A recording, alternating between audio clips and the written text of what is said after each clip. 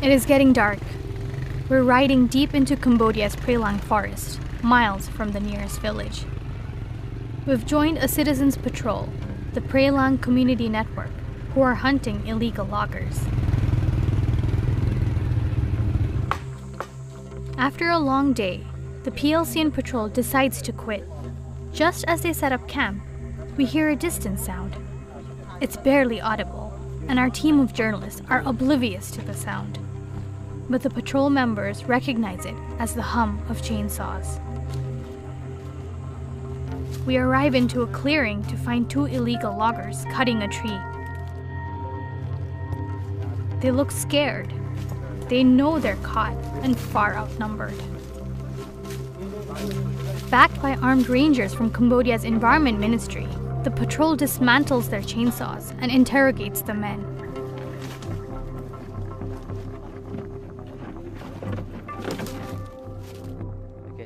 The loggers tell our local reporter that it was the only tree they had cut that day.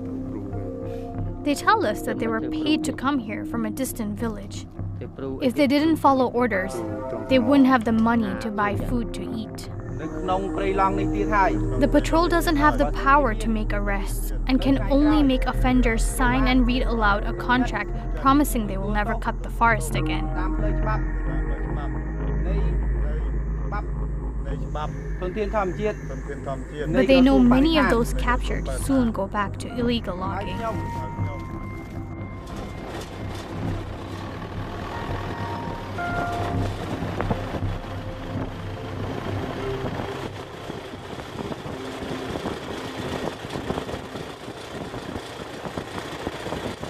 With one of the worst deforestation rates in the world, Cambodia is on the front line of the fight against deforestation.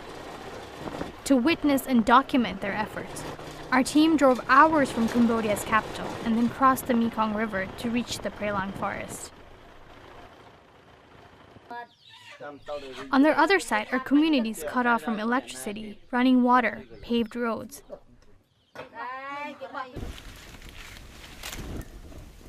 The forest is a way of life here. For generations, villagers have harvested and sold resin from old trees. The pristine condition of the remaining forest makes it attractive for poachers.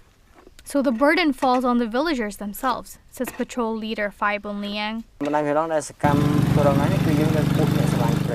Prelang Community Network are people who love the forest. Our network is not supported by the government, so we work as volunteers. It is difficult to monitor the Prelang because it is huge. There are many roads deep inside the forest, and we have limited volunteers.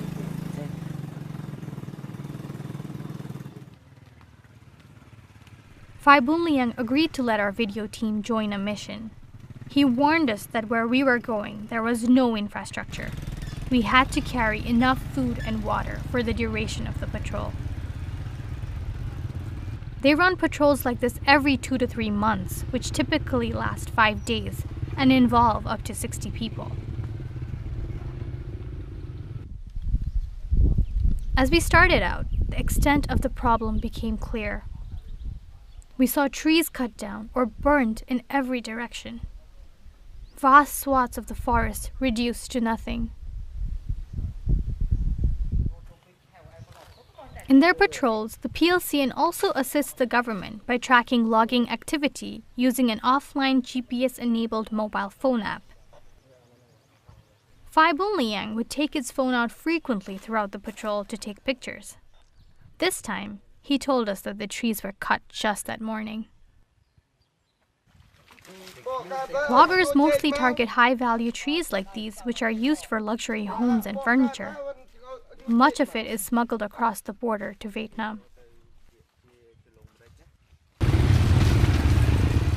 Illegal logging is a multi-million-dollar industry across the region.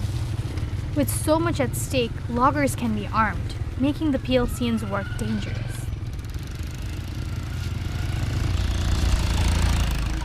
The patrol brought us to meet activist Forn Sofiak, now recovering at her home. Last year, she was attacked with a machete and seriously injured while on patrol.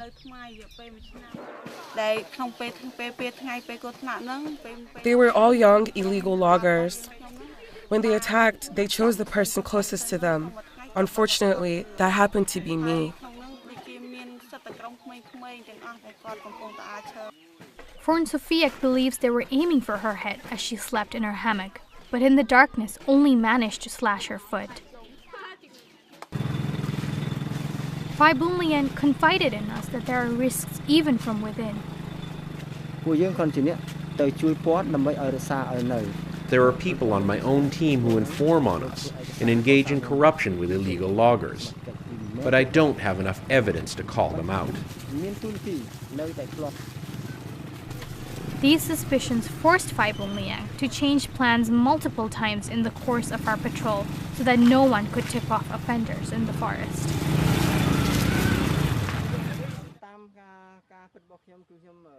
Phai Bun Liang vows to keep up the fight, but is worried that he's losing this battle. It's regrettable when the PLCN works hard as volunteers, independent and without pay, spending our own money and energy, that this is still going on. Actually, we saw only about 20% of the forest remaining along the roads in our province.